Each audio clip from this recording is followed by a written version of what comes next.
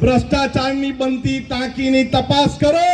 અમારા યુવક કોંગ્રેસના સાથી સાથે જો કોઈ દાદાગીરી કરી છે, જેલ ભરો આંદોલન કરશું। આજ કોંગ્રેસ સમિતિએ ડીએસપી ની કચેરીને તાળા બી મારેલા છે।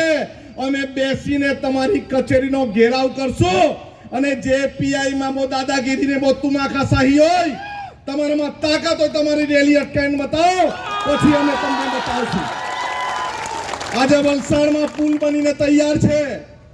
દિલ્હી વાળા દાઢીવાલાની રાહ જોતા છે કે શું તે સમજ નથી પડતી। અમે પણ અહીંયા કોંગ્રેસ સમિતિની આગેવાનીમાં બ્રિજ ખોલી દેશું। આ સુવિધા માટેનો બ્રિજ છે, કોઈના બાપની જાગીર નથી, અમારા ટેક્સના પૈસાથી બને છે। કોઈ બીજા પૈસા કોઈ આપવાના નથી। આજે તમામ કંપનીના કામદારોને વિનંતી છે, આપણે આપણા આગેવાનોને સાંભળીને સંપૂર્ણ સાદગીથી ગાંધી ચિંધ્યા માર્ગે અનુસંધાનમાં રહીને રેલી કાઢીને સીધા કલેક્ટર કચેરીને વોર્નિંગ આપવાની છે।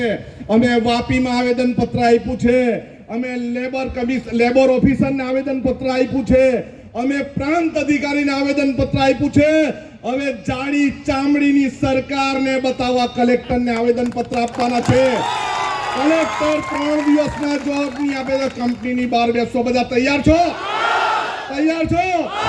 હાથ ઊંચો કરો, છેલ્લે હાથ નથી ઊંચા થતા। હાથ ઊંચા કરીને કહો બધા તૈયાર છો? તૈયાર છો? સૌનો આભાર, સૌને જય જોહાર।